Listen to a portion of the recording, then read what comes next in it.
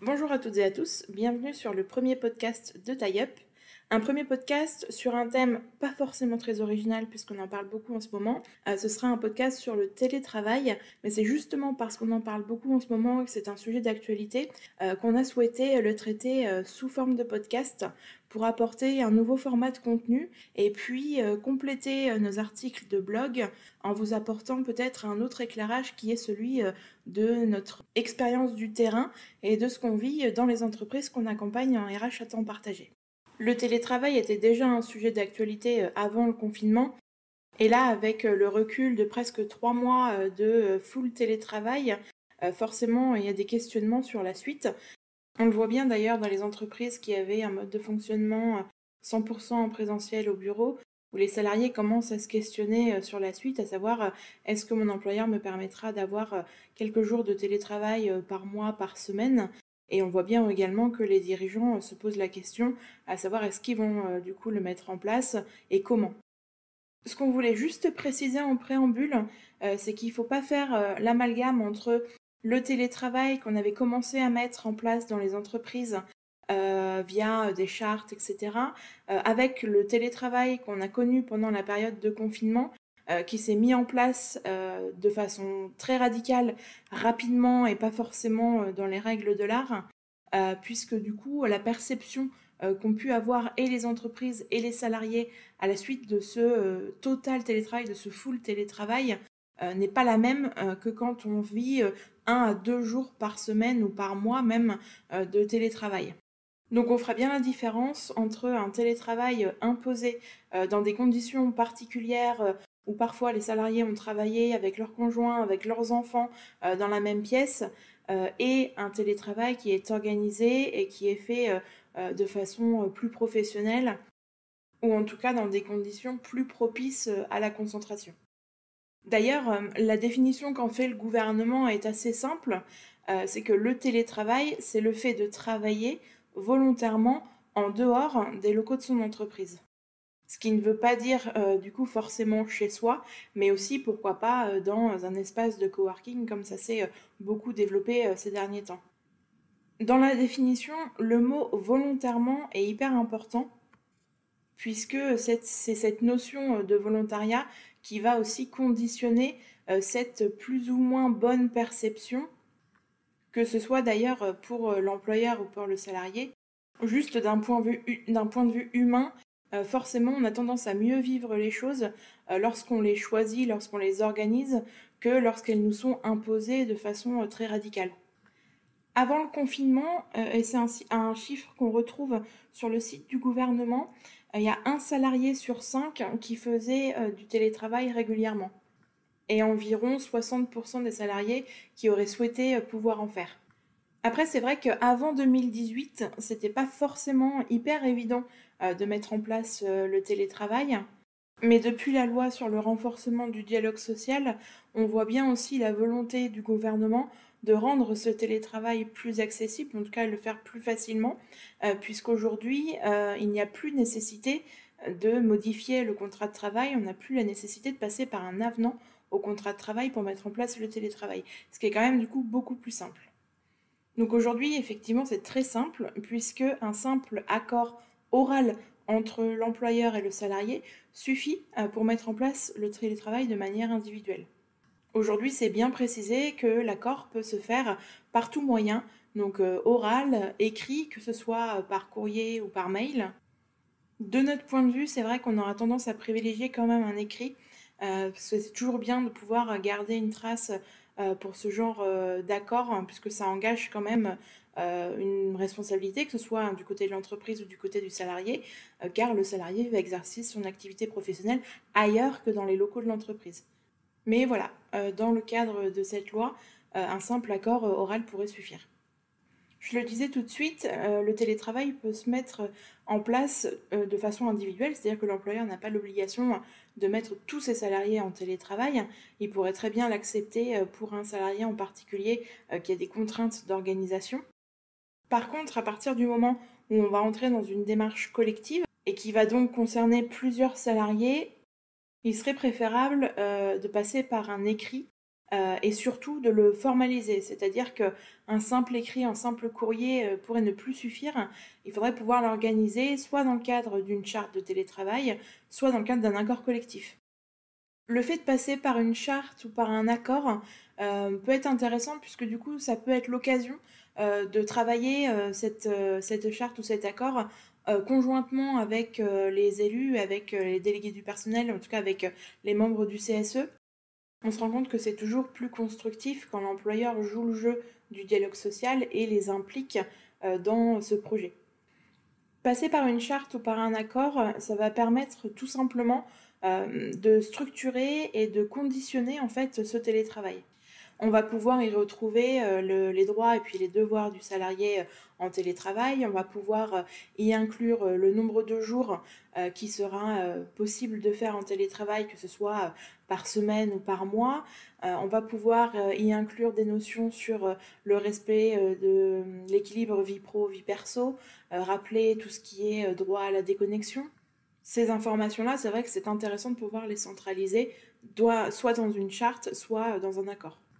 Ça peut aussi être le lieu de rappeler que la démarche, elle est conjointe entre l'employeur et le salarié, que c'est une proposition qui est faite par l'employeur au salarié, mais que le salarié n'est pas obligé d'accepter, puisqu'on vous le rappelle, la loi n'autorise pas l'employeur à imposer le télétravail à ses salariés. Si le salarié refuse le télétravail, ça ne peut pas constituer un motif valable de rupture du contrat ou d'un éventuel licenciement. Ensuite, il peut être important de rappeler que le salarié qui est en télétravail est un salarié comme les autres. C'est-à-dire qu'il a exactement les mêmes droits. Il a le droit au ticket restaurant, il a le droit, s'il y a des formations organisées par l'entreprise, d'y participer. Et il doit même y participer. Il a les mêmes jours de repos, il a les mêmes heures de travail. Il a le droit au même temps de repos, que ce soit journalier ou hebdomadaire. Donc c'est vraiment un salarié comme les autres, et avoir un salarié en télétravail n'exempte pas l'employeur de ses obligations classiques. C'est aussi un salarié qui doit être suivi par la médecine du travail. Et d'ailleurs, sur ce point, ça peut être intéressant quand vous êtes dans cette démarche de mise en place du télétravail, de solliciter votre médecin du travail, puisqu'ils peuvent être force de proposition sur toute la partie notamment ergonomie, et savoir être force de proposition sur l'installation que doit avoir le salarié lorsqu'il est en télétravail pour travailler dans les meilleures conditions possibles. Donc le télétravail, c'est l'employeur qui peut décider de le mettre en place, mais c'est aussi le salarié qui peut l'impulser et qui peut le demander à son employeur. Là encore, la demande peut se faire par tout moyen, donc oral, à l'écrit, par mail ou par courrier. Et ensuite, c'est à l'employeur de décider si oui ou non il veut accepter. Et effectivement, l'employeur a le droit de refuser le télétravail. C'est pas un droit fondamental du salarié de bénéficier de télétravail. Par contre, si l'employeur choisit de refuser, il devra motiver son refus, c'est-à-dire qu'il devra expliquer pourquoi il refuse le télétravail à son salarié. Donc finalement, la question à se poser, ce serait pourquoi moi, en tant qu'employeur, j'aurais finalement intérêt à mettre en place le télétravail dans mon entreprise. Ce qui est intéressant avec la période qu'on vient de vivre et avec cette période de confinement qui est arrivée d'un coup, où il a fallu s'organiser très rapidement pour être opérationnel et pouvoir travailler en full télétravail pendant ces 3 mois.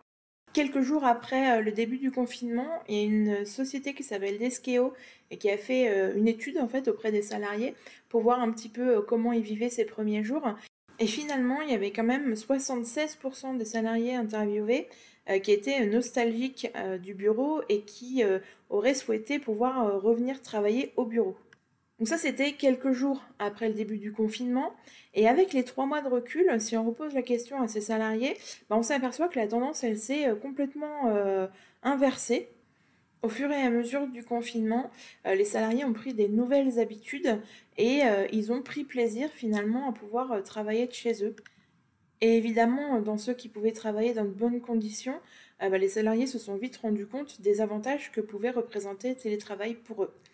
Dans les avantages, on retrouve le fait de pouvoir avoir pu bénéficier d'une plus grande autonomie. C'est-à-dire que le fait d'être à distance et d'être plus éloigné de leur manager les a rendus plus autonomes dans leur travail, leur a permis d'avoir un peu plus de marge de manœuvre. Le télétravail a aussi amené plus de flexibilité, des flexibilités notamment dans les horaires et dans l'organisation. Il y avait moins ce stress de devoir être pile poil au bureau à 9h et ça a permis à certains de commencer parfois un peu plus tôt, donc de finir un peu plus tôt. Cette flexibilité a été bien appréciée des salariés. Ensuite, on s'est bien rendu compte du gain de temps aussi qu'a permis ce télétravail, puisque on a évité tous les modes de transport pour se rendre au travail, donc que ce soit la voiture ou les transports en commun, finalement, entre guillemets, même combat. Le constat finalement est le même, c'est-à-dire que le stress du trajet pour aller de chez soi au bureau n'était plus présent et a permis un vrai gain de temps. Pour précision d'ailleurs sur ce point, la DARES avait fait paraître des chiffres sur les temps de trajet moyens. Pour les trajets qui sont classiques, on va dire entre le domicile et le bureau, le temps moyen est d'environ 47 minutes. Et pour les trajets moins classiques, qui sont des trajets variables, soit parce qu'il faut aller chez un client et ensuite se rendre au bureau, ça peut aller jusqu'à 62 minutes. Ce qui fait qu'en période de confinement, on a perdu ces temps de transport, ce qui veut dire que parfois, quand on compte donc aller-retour, certaines personnes qui ont gagné presque 2 heures sur leur journée finalement. Et ensuite, dans le dernier avantage, pour ceux qui ont eu la chance d'être confinés dans de bonnes conditions, certains salariés ont quand même noté le fait qu'ils étaient plus productifs en étant chez eux, parce que justement au calme, avec possibilité de se concentrer, sans être coupés par des gens qui entrent dans le bureau, etc. Donc il y a eu pour eux un vrai gain de productivité pendant cette période de full télétravail. Donc c'est sûr que si on met tous ces avantages bout à bout, on peut comprendre que légitimement ça ait donné envie à certains salariés de continuer le télétravail après ce confinement. Et d'ailleurs, on le voit déjà en entreprise, c'est des questions qui sont déjà posées. Pour ceux qui ont des CSE, la question remonte déjà en réunion CSE de savoir quelle sera la suite et comment s'organisera le télétravail par la suite. Néanmoins, il faut en parler aussi. On a pu assister à des salariés qui, pendant cette période de confinement et cette période de télétravail imposée, ont été en réelle détresse psychologique. L'éloignement, la distance que ça a mis entre les collègues, entre les managers, entre les dirigeants d'entreprise, fait que pour certains, ça a été plus difficile à vivre. Et ce point-là, on ne peut pas l'occulter dans la mise en place d'une future charte ou d'un futur accord, puisque tout le monde ne vit pas le télétravail de la même manière. On en revient d'ailleurs finalement à ce qu'on disait au départ sur la notion de volontariat. Forcément, quand on nous impose quelque chose et quand on vit quelque chose qui nous est imposé comme ça, c'est rare de bien le vivre tout de suite, quoi.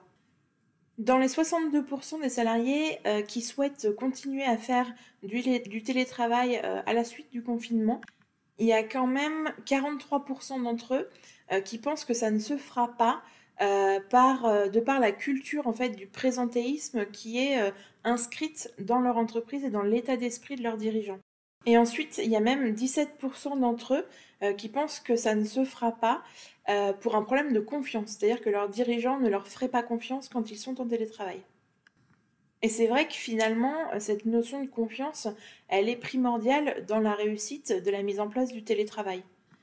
Si le dirigeant ou le manager déjà est confiant sur le fait que le salarié qui travaille à distance ou en télétravail va avoir le même degré d'investissement, voire même parfois plus, on l'a vu pendant le confinement, certains salariés qui ont travaillé plus qu'habituellement, il n'y a aucune raison du coup que ça se passe mal. Et pour ça, il n'y a pas de recette miracle, finalement, la balle, elle est dans les deux camps. Elle est autant dans le camp du salarié qui doit prouver que son employeur peut lui faire confiance et que quand il est à distance, il est aussi efficace que quand il est au bureau. et dans le camp du manager qui montre du coup à son collaborateur qui lui fait confiance quand il est à distance. Alors après, on le sait très bien, hein, la confiance n'exclut pas le contrôle. Donc ça voudra dire que de la part du manager, il va falloir mettre des nouveaux rituels ou en place un nouveau suivi pour voir un petit peu comment ça se passe quand le salarié est à distance. Mais si de base il lui fait confiance, ça rassurera aussi le collaborateur et jouera sur la réussite de ce télétravail. Et ça jouera forcément sur la perception du salarié et sur sa capacité et sur sa volonté à s'investir quand il travaille à distance. Donc finalement, on pourrait se demander s'il n'y a pas une recette un peu miracle pour bien mettre en place le télétravail dans son entreprise. Si elle existe, elle doit être composée donc des éléments suivants. Déjà en premier lieu, s'assurer que le salarié qui souhaite faire du télétravail dispose des bonnes conditions à domicile, qu'il a une pièce dans laquelle il peut s'isoler s'il y a des réunions, qu'il est bien installé, que ce soit avec un bon écran, avec un bon siège, etc. Et que finalement, en fait, le salarié puisse travailler dans les mêmes conditions que quand il est au bureau. Voire même meilleur quand on est en open space. C'est vrai que quand on travaille chez soi et qu'on est isolé, parfois on peut travailler quand même dans de meilleures conditions. Ensuite, il paraît nécessaire d'avoir un management adapté. On ne manage pas quelqu'un à distance comme on manage quelqu'un qui est en présentiel au bureau. Donc ça veut dire la mise en place de nouveaux rituels, un nouveau mode de suivi, de façon à ce que le salarié qui est à distance ne se déconnecte pas de l'équipe. Et ça pourrait être dans le rôle du manager de rappeler le respect du coup des horaires, mais surtout de l'équilibre entre la vie pro et la vie perso, parce que, et on le sait tous après ces journées de confinement, la frontière entre le pro et le perso est beaucoup plus floue quand le travail s'installe du coup à domicile, et parfois le soir on peut avoir du mal à couper. Et pour finir, la mise en place donc soit de la charte télétravail, soit de l'accord collectif en collaboration avec les CSE ou les partenaires sociaux. Mais finalement, ça dépendra aussi beaucoup de l'ADN de l'entreprise, de l'ADN du dirigeant et de la façon dont il est plus ou moins à l'aise avec cet aspect de télétravail. Pour que la réussite soit totale, il faut que le dirigeant puisse y croire aussi. Dernière astuce, parce qu'on a pu aussi nous le faire là dans les entreprises qu'on accompagne en RH à temps partagé.